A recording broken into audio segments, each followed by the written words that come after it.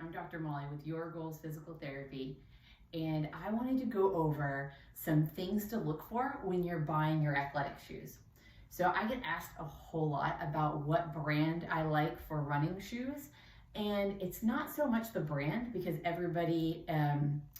basically everybody has a preference, right? And each brand actually has a good line for each kind of foot. It just sort of depends because some people prefer Brooks because they feel better. Some people prefer Asics because they feel better. But each one of those lines has a shoe for somebody who's pronating, somebody who's supinating, somebody who has a neutral foot.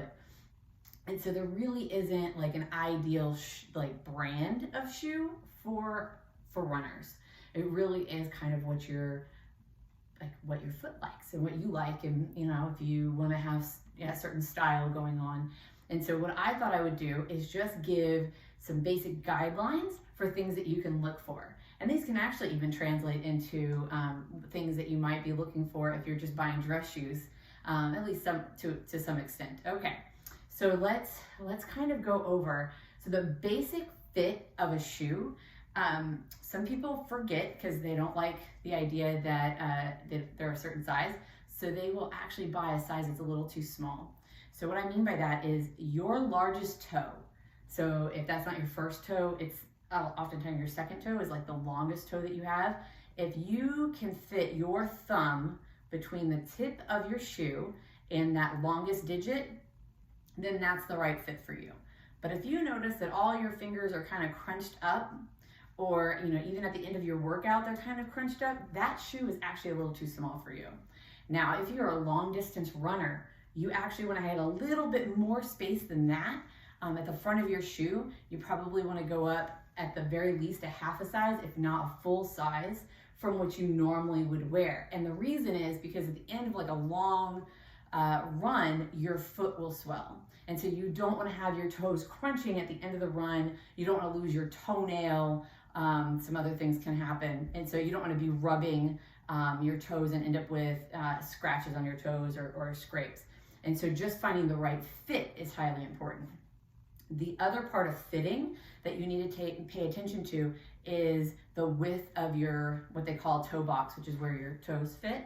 And so you want to make sure that you're not smushed sideways either. So some people have a foot that's a little bit more spread out than others. So just make sure that the shoe that you're wearing, the one that you pick, the style that you like, that you feel like your foot has room to be flat and it's not kind of getting smushed from the side or smushed at the front. And again, that could be any number of brands. And so there really isn't a special brand for that.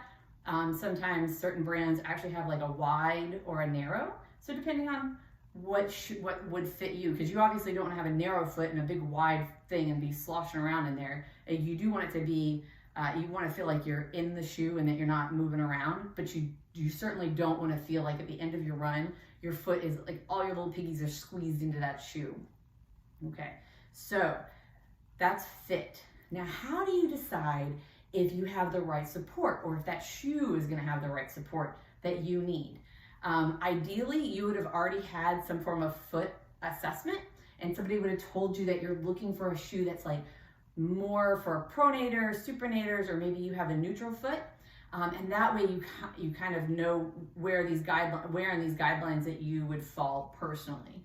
And not just how your foot reacts while you're walking, which could be different than how it reacts while you're running. So you really need to know if you're going to be doing especially long distance running, anything over like 3 miles, then you need to make sure that somebody has watched you run so that you're getting that right support, because that first contact with the ground affects everything that goes up, okay? But if you're just starting off and you're just walking then maybe you can just go guess. But I would say if you're putting any kind of miles on your shoes, you really need to know what's happening when your foot hits the ground. All right, so what are you looking for?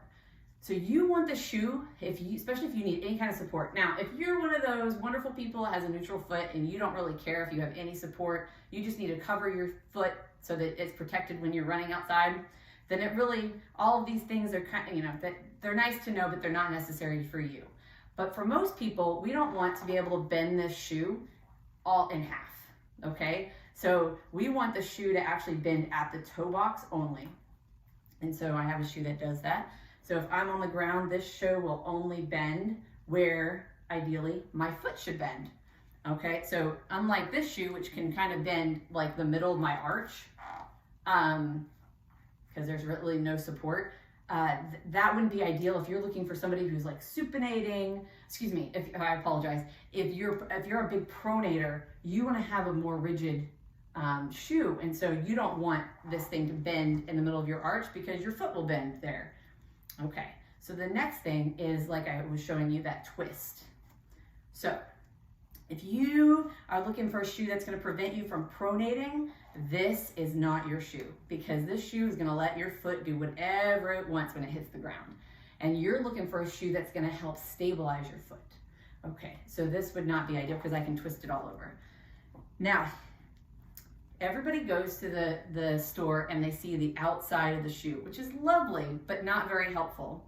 So if you flip the shoe in, and you're not really gonna be able to see this because of the video necessarily, but if you look, you can see this nice line that goes right over the arch and into the heel.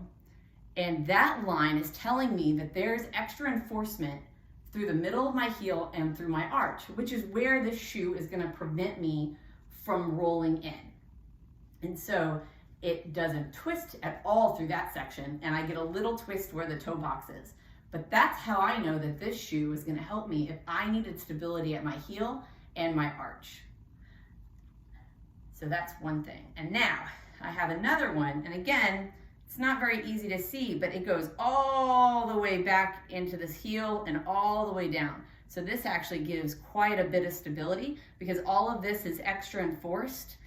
And again, it doesn't allow my foot to bend. This shoe is very rigid. And again, it only bends at that toe box. So if I'm a pronator and I need a shoe, then finding out if there's extra enforcement on the inside of this arch is very important. And that's how you're gonna know if that's gonna give you the arch support that you need to be running and to be active in the shoe. Now, if you're a supinator, you don't need to prevent from rolling forward or rolling in because your foot doesn't roll in anyway.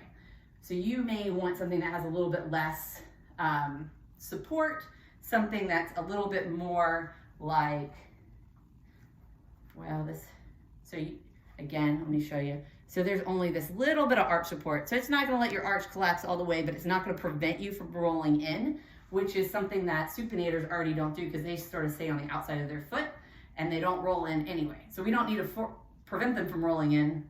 It's okay for them to roll in a little bit, but maybe they need a little arch support at the very end. So, so again, the big takeaways that I want you to get is that if you're trying on your shoe, you should be able to fit your thumb between your toe, the longest toe, and the tip of your shoe. And then you should be able to feel like at the end of your workout, you're gonna have enough room that if your foot swells a little bit, it's not gonna be squished.